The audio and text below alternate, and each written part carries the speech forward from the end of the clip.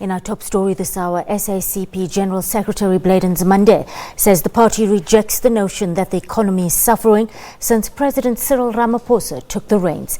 He says the economy is ailing because of the billions of rands stolen through state capture. Gumede was speaking in Ermelo in Mpumalanga at the 98th anniversary of the founding of the party in South Africa.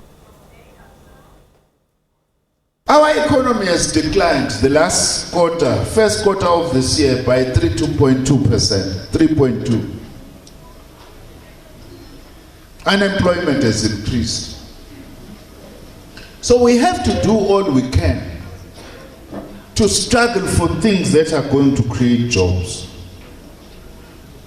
We want to say this though, firstly, that we reject this suggestion that the economy has been in difficulties since Comrade Cyril Ramaphosa became the president of South Africa. It's not true. In fact, part of the difficulty we are facing today in our economy is largely as a result of the billions of rands stolen through state capture. Nansi into yenza ukuthi abanye bathi hayi umongameli uRamaphosa kafuni ukuthi ahambe ngokweinqumo ezathathwa ukhongolose eNazareth. Ayikho lonto bona labo bantu abasho njalo yibo kanye abaziyo ukuthi inkinga ezinye zeinkinga zezomnotho wethu zivelaphi le mali eningi kangaka yebiwe. So we reject that. And also we don't want a president, ne leadership and interest with ANC to be defocused by that. That's why, amongst other things, we supported the campaign of the president to mobilize domestic and foreign investment. President, we also call upon the financial sector to end its investment strike.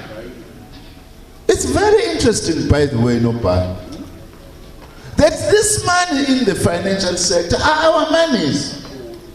We take our monies from Stockfells. We take our monies, by the way, to insurance companies.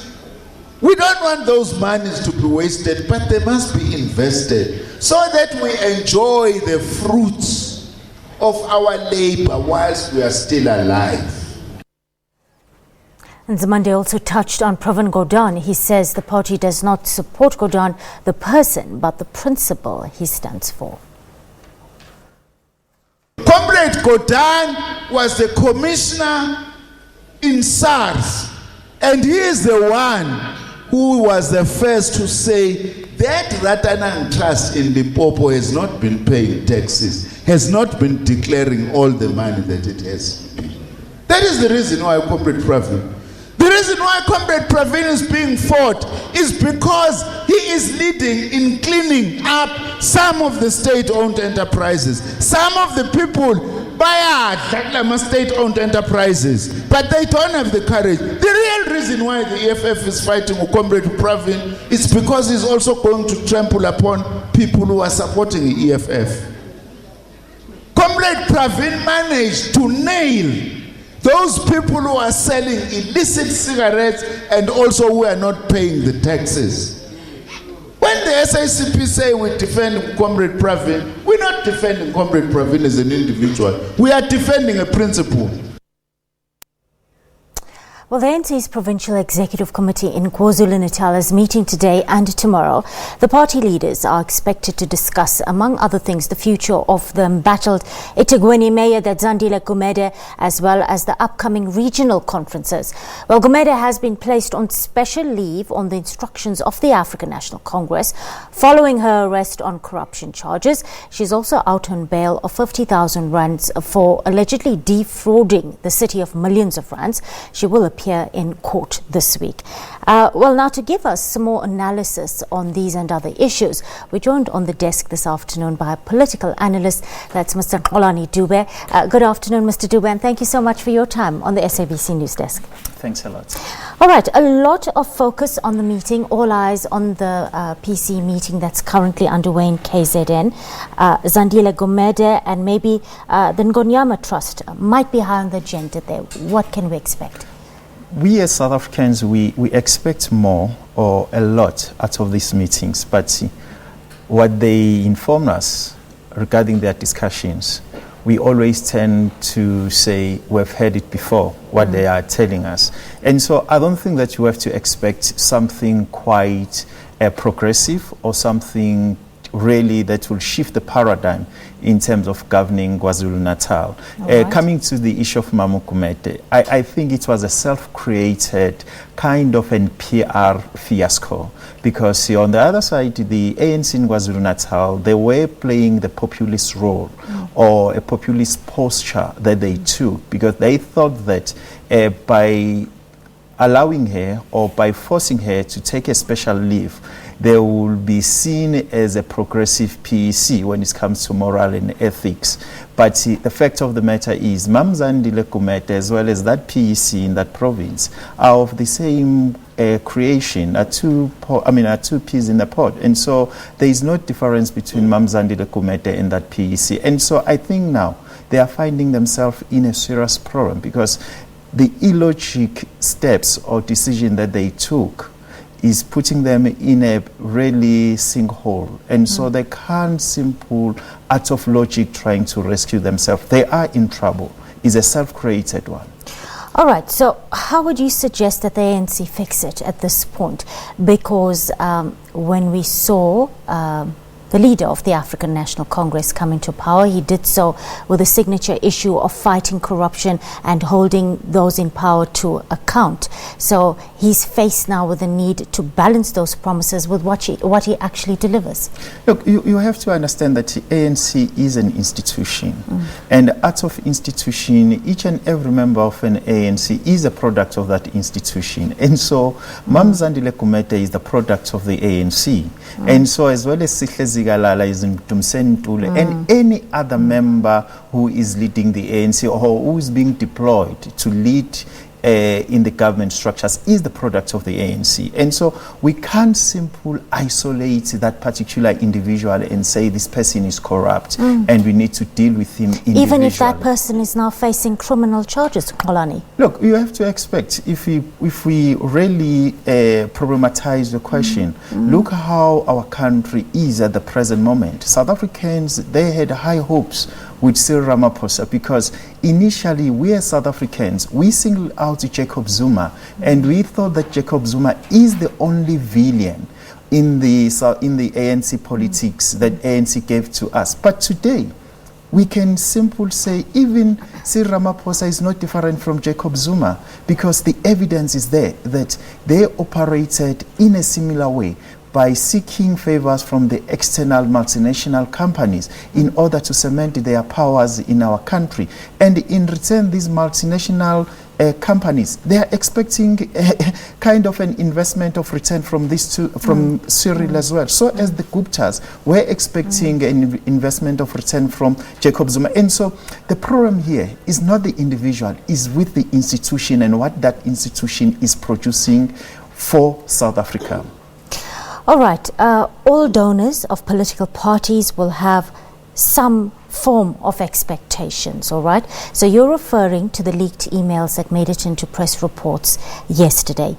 What do you think the impact or the damage of that report is going to be on the office of the presidency going forward? There's nothing. There's nothing that is going to happen. Bear in mind that we had a president for the past 9 years who took the reins of being the president with all the allegations that you can think of, from rape, from corruption, from this and that. You get what I mean? And if South Africans were really proactive And even if the ANC was such an immaculate organization, I don't think that they were going to offer South Africans a person of Jacob Zuma. And so as now, we know the history of Cyril Ramaphosa from Marikana, from those emails with explicit language, sexual connotation kind of language, and also the issue of Bosasa. And the man became the president. And now you have to really make a serious reasoning. And that reasoning is a very simple one. The ANC there, they needed Cyril Ramaphosa because Cyril Ramaphosa, in the face of us or in the face of the world, he is kind of a moral and an ethical leader. Yeah. And so now they were really enjoying that posture that they gave it to Cyril. And so I think the latest emails or the latest debacle that he is facing is for those that we thought that are villains in our country who are saying now, your saint is no longer different from us. What you will do, he cannot gallant and say he is the immaculate person. He must know that he is similar or is same like us. And in this country, as well as in the organization, we are going to co-govern with him. He's not going to left us behind. And so that's the game that the ANC is playing with our minds. They are the same. There is nothing different. Let me ask you this. Is the ANC at this point worried about what the impact of all these rifts and divisions are going to be on the public consciousness, or are they, like you're saying, just prioritizing their needs right now? ANC understood very well that they are leading a docile society, especially the majority of the black people. People who are really defeated, people who cannot stand up and fight for their rights. ANC knows that thing very well. That's why they do whatever they want at any time. That's why so much corruption without consequences can keep on prevailing in our country. Is an indication that the ANC is no longer taking the South Africans serious. You get what I'm trying to say. And so even as you are talking about the President Cyril Ramaphosa, it's not only him. The road starts from the head. If you look at the tail of the ward councillors, at the mayors, it's shocking. And so now, what do you expect from the ANC? You expect ANC to self-correct itself. It won't do that, because out of this chaos, out of this corruption, they are really enjoying it. They are amassing a lot of wealth that leaves you and I thinking at the end of the month, how are we supposed to pay our bills? We are in this sinkhole in terms of the economy. It's a self-created kind of a sinkhole because South Africa is lacking a proper moral and ethical leadership. Xolani, I want to ask you, how do you see, we saw the feud between President Ramaphosa and Public Protector Busisi Mpwabane going up a notch this week, all right? How do you see this playing out, especially when you take into account commentary from parties like the SACP that's saying that our Public Protector is playing a little bit too much into the political space? You know, the history of SACP is a very sad one. It's an antithesis of what SACP is supposed to stand for. Look, SACP is supposed to be kind of our shield as societies. SACP claimed to be the vanguard of the poor. SACP claimed to represent the so-called historical poor, especially those who are exploited by the multinational companies, the capitalists. But when you look how the narrative of the ANC is to protect the one who currently carry the carrots, you guys, I mean, the one who currently own the patronage in the ANC. If you look, SACP is the one that from the onset they were saying Jacob Zuma is the best leader, but towards his exit is the SACP that throw the stone. So as well as with Thabo Mbeki, it was Charles Ngabule and Eso Pahad who propelled Thabo Mbeki into the highest office. Came plain Zimande towards the last end of Jacob Zuma. They throw stones at him. So as well as Mandela, remember, it's them who claim that Mandela is behaving like Bonaparte. And they were throwing stone at him because it was towards his last days in power. And I'm not surprised that the SACP will do the same with Cyril Ramaphosa. And interestingly, all these leaders, they've been lobbied and they've been sanitized before they enter into the office by the same SACP. Those are the ones who are telling about Jacob Zuma. Those were the ones who are talking about Thabo Mbeki, and they did the same thing with Sir Ramaphosa. I think we need not to trust SACP that much. Political analyst Xolani Dube joining us on the SABC News Desk. Always a pleasure having you with us. Thanks, sir.